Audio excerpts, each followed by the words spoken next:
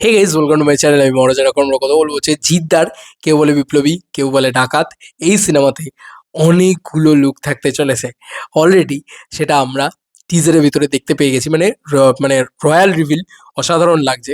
তো আমার যতদূর যা মনে হচ্ছে, এখানেই কিন্তু ব্যাপারটা শেষ হয়ে যাচ্ছে না। মানে এখানেই কিন্তু থেমে থাকছে না যে আচ্ছা এই কটাই লুক আছে, এইটুকুই দেখতে পাবো, এর বাইরে আর নতুন কিছু দেখতে পাবো না। এমনটা কিন্তু আমার মনে হয় না হচ্ছে। আরও অনেক কিছু বাকি আছে এখনো অব্দি। ওয়েট ফর ইট, সেই জিনিসটা নিয়ে আমরা কথা বলবো। যে এগুলো যেটা দেখতে পাচ্ছি, এটা তো রয়্যাল রিভিল সবে, নতুন একটা নাম দিয়ে নতুন একটা জিনিস বেরিয়েছে সবে। ওয়েট ফর ইট, এখনো আমরা আসল জিনিসই কিছু দেখিনি। অফিসিয়াল টিজার দেখিনি, অফিসিয়াল ট্রেলার দেখিনি, কিছুই দেখিনি। তো জিদ্দার যে মাল্টিপল লুকস এবং জিদ্দার যে সব থেকে বেশি এক্সপেরিমেন্ট এই সিনেমাটাতে করতে চলেছে, এটা জিদ্দার মোস্ট এক্সপেরিমেন্টাল সিনেমা হতে চলেছে। এটা জিদ্দার মোস্ট মানে ওই কি বলে ওই প্রস্থেটিক মেকআপ ইত্যাদি সব কিছু দিয়ে করার একটা সিনেমা হতে চলেছে।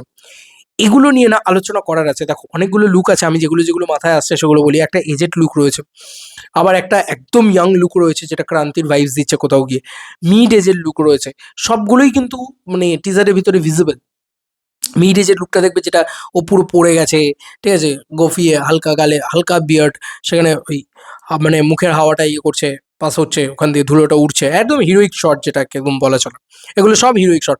মানে দেখবে খুব কমার্শিয়াল ভাবে ট্রিট করা হয়েছে, তো অনেক বেশি হিরোইক শট রয়েছে। সব ঠিক আছে। তো ব্যাপার হচ্ছে অনেকগুলো লুকস কিন্তু আমরা দেখতে পাচ্ছি। এবার দেখো, এটা দুটো জিনিস হতে পারে। এক হচ্ছে জিদ্দা যেটা করবেন সেটা হচ্ছে পুরো মানে জার্নিটাকে ফলো করবেন, গোটা জীবনীটাকে ফলো করবেন। তাতে কি হচ্ছে, ওভার দি ইয়ার্স তার এজ হচ্ছে, সেই সঙ্গে সঙ্গে ক্যারেক্টারটা মানে কি বলবো রিয়াক্ট করছে এ ধরনের জিনিসপত্র, এবং ওভার দি ইয়ার্স সে ডাকাতি করে যাচ্ছে তোমার সিনেমা বানাচ্ছে ইত্যাদি অনেক কিছু রয়েছে। মানে অনন্ত সিংহর জীবনে অনেক কিছু রয়েছে। সব মিলিয়ে সেই সমস্ত কানেকশন গিয়ে দেখিয়ে দেখিয়ে সিনেমা হবে। এটা একটা হতে পারে।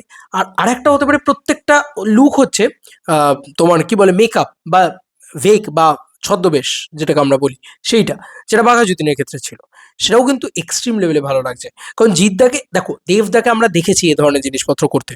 এই ধরো ধূমকেতু, এই ধরো বাঘা যতীন, এগুলো আমরা দেখে নিয়েছি অলরেডি। কিন্তু জিদ্দাকে আমরা কখনো লুক মানে মুখে মানে প্রস্থেটিক তো জীবনে কোনোদিন করতে দেখিনি। এবং জিদ্দাকে আমরা কোনোদিন মেকআপ করতেও সোকল্ড মানে একদম ডিফারেন্ট লুক, ডিফারেন্ট মেকআপ ইত্যাদি এগুলো করতে দেখিনি। বিফোর রাবণের খানিকটা লুক চেঞ্জ ছিল, সেটাকে নিয়ে কি হাইপ হয়েছিল আমরা সবাই জানি। তো তুমি ভাবো জিদ্দার এই এজেড লুক, এই যে ব্যাপারটা, এই ব্যাপারটা কিন্তু ব্যাপকভাবে আসবে। এবং টিজারটা ইতিমধ্যে কিন্তু ভাইরাল হয়ে গেছে। মানে কালকেই আমি বলছিলাম 1 মিলিয়ন, আজকে তো আরো আরো নেক্সট লেভেলে গিয়ে পৌঁছে গেছে। ঠিক আছে, হিউজ ভিউজ জেনারেট হচ্ছে, ফেসবুকে ইত্যাদিতে ভালো কথাবার্তা হচ্ছে। এটাই তো আনন্দের বিষয়। মানে এটাও সত্যি কথা যে শাহরুখ যেভাবে শক করেছে, খুব পজিটিভিটি এসছে চারিদিক থেকে, সিমিলারলি জিদ্দার ক্ষেত্রেও এটাই হয়েছে। মানে টিজারটা লোকের খুব পছন্দ হয়েছে।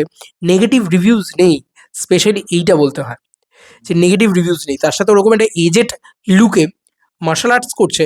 ওটা যদি সত্যি মানে ওটা সত্যি বলছি যে ওরকম একটা যদি ব্যাপার স্যাপার হয় যে ওটা এজ হয়ে গেছে তখনই ওরকম ধুতি ফুতি পরে করছে, তুমি জাস্ট ভাবো বাঙালিয়ানার তার সাথে ওরকম অ্যাকশন, ওরকম লুক, আলাদাই হাইপ হবে ভাই। এটা নিয়ে কোনো সন্দেহ নেই। তো জিদ্দা জাস্ট ফাটিয়ে দিতে চলেছে। হিউজ লুকস নিয়ে এক্সপেরিমেন্ট হতে চলেছে, সেগুলো তো আমরা বুঝতেই পারছি। এবার তোমাদের কার কি মতামত, ভিডিওটাকে নিয়ে জানিবে কমেন্ট সেকশনে। চলো বন্ধুরা, নতুন কোনো ভিডিওতে দেখা হবে। বাই।